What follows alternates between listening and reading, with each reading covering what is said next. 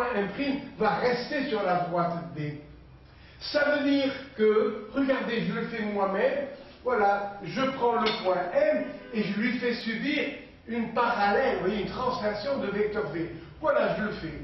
Je vais arriver où? Je vais arriver encore sur la droite D, puisqu'elle est toute entière parallèle à V. Mais par un point M, pris en dehors d'une droite, on ne peut tracer qu'une seule parallèle à cette droite. Donc, M', parallèle à V, va vous donner M' qui va rester sur la droite D. Donc, qu'est-ce qu'elle a fait la droite D? Eh bien, elle a changé un point de la droite en un autre point situé sur la droite. Ça veut dire qu'elle a glissé. Chaque point M va donner un point M' qui appartient à D. La droite D, on dit, va glisser sur elle-même. Donc, elle est invariable. Elle n'a pas changé. Ici, oui, la droite D a donné une autre droite D'. Mais là, non. La droite D va glisser sur elle-même. Un point de la droite a pour image un autre point de la même droite.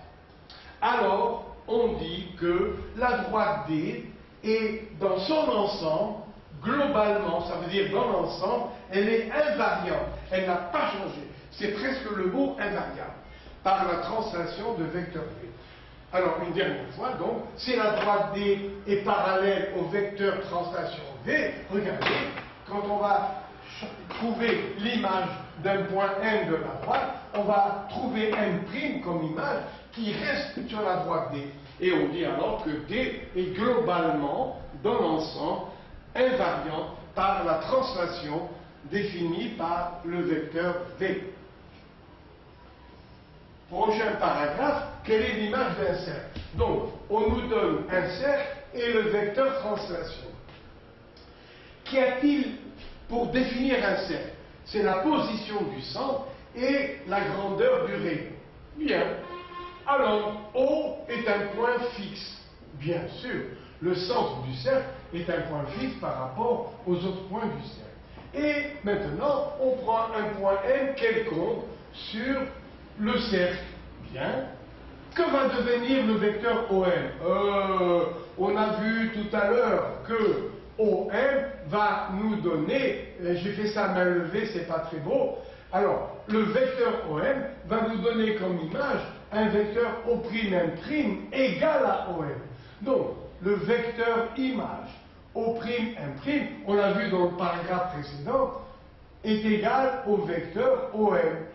Ça veut dire que la longueur de O'M', que j'appelle R', sera égale à la longueur de OM, c'est-à-dire R. Mais, puisque O est fixe, son image O', elle aussi est fixe. Donc, où sont tous les points M'? Eh bien, ils sont tels que O'M' soit égal à OM, c'est-à-dire R, c'est-à-dire égal à une constante. C'est toujours la même longueur. Le point M' reste à la distance R. R' égale R du point fixe O'. O' qui est l'image de O. Ça veut dire que M' lui aussi est sur un cercle C'.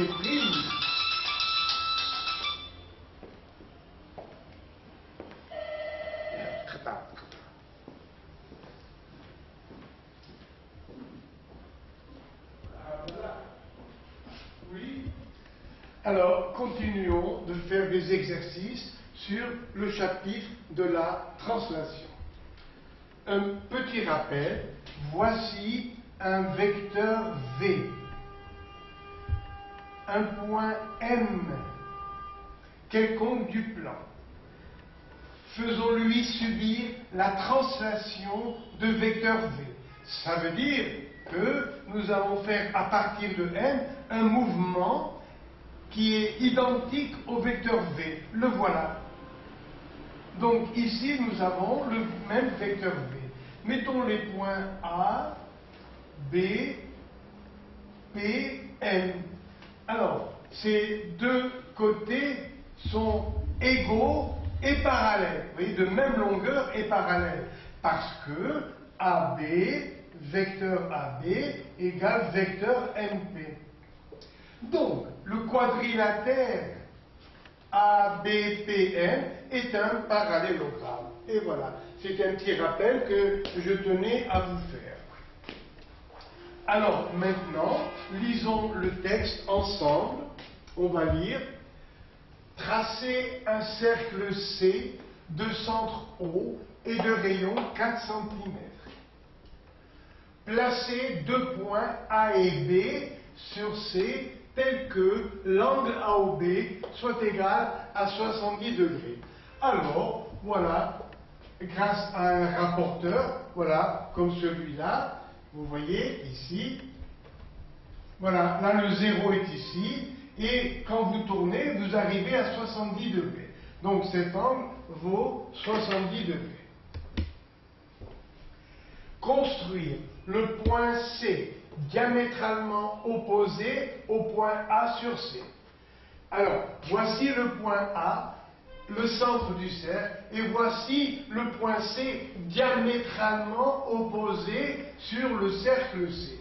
Donc, AC, n'oublions pas, c'est un diamètre. Ça va servir tout à l'heure. Donc, la première question, c'était la construction. Deuxième question, démontrer que le triangle ABC est rectangle. Démontrer que le triangle ABC est un triangle rectangle. Troisième question, expliquer pourquoi l'angle ACB vaut 35 degrés.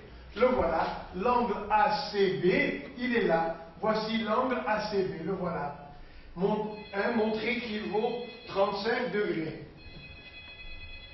Calculer AB, calculer la longueur de AB.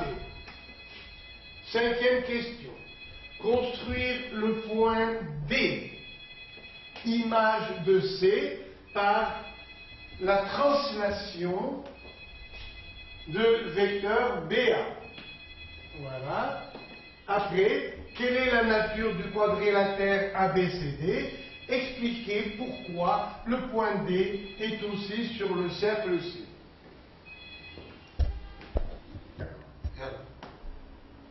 Alors donc, quelle est la nature du quadrilatère ABCD? Voilà. Expliquer pourquoi le point D est aussi sur le cercle C. Voilà le problème. Alors, le corriger, la solution. Construire un cercle C de centre O de rayon 4 cm. Bien, ça veut dire que OA égale OB, etc., égale OC, égale 4 cm. Voilà. N'oublions pas que AC est un diamètre. C est le point diamétralement opposé au point A. Le voilà. Alors, deuxième question. Démontrer que le triangle ABC est rectangle. Bien. Alors, le théorème dont j'ai parlé il y a deux cours précédents, lequel, si l'on joint un point du cercle aux extrémités d'un diamètre, voyez, A et C sont les extrémités du diamètre AC. Alors, si l'on joint un point du cercle aux extrémités d'un diamètre, on obtient un angle droit. Il y en a d'autres qui aiment une autre manière de le dire, un triangle ABC inscrit dans un cercle de diamètre AC, et il est inscrit, ça veut dire que B est sur le cercle, eh bien, c'est un triangle rectangle. Je répète, tout triangle ABC inscrit dans un cercle de diamètre AC est un triangle rectangle. Encore une petite démonstration. Nous avons vu au cours précédent que la mesure d'un angle inscrit, voilà un angle inscrit de mesure I qui intercepte l'arc AB.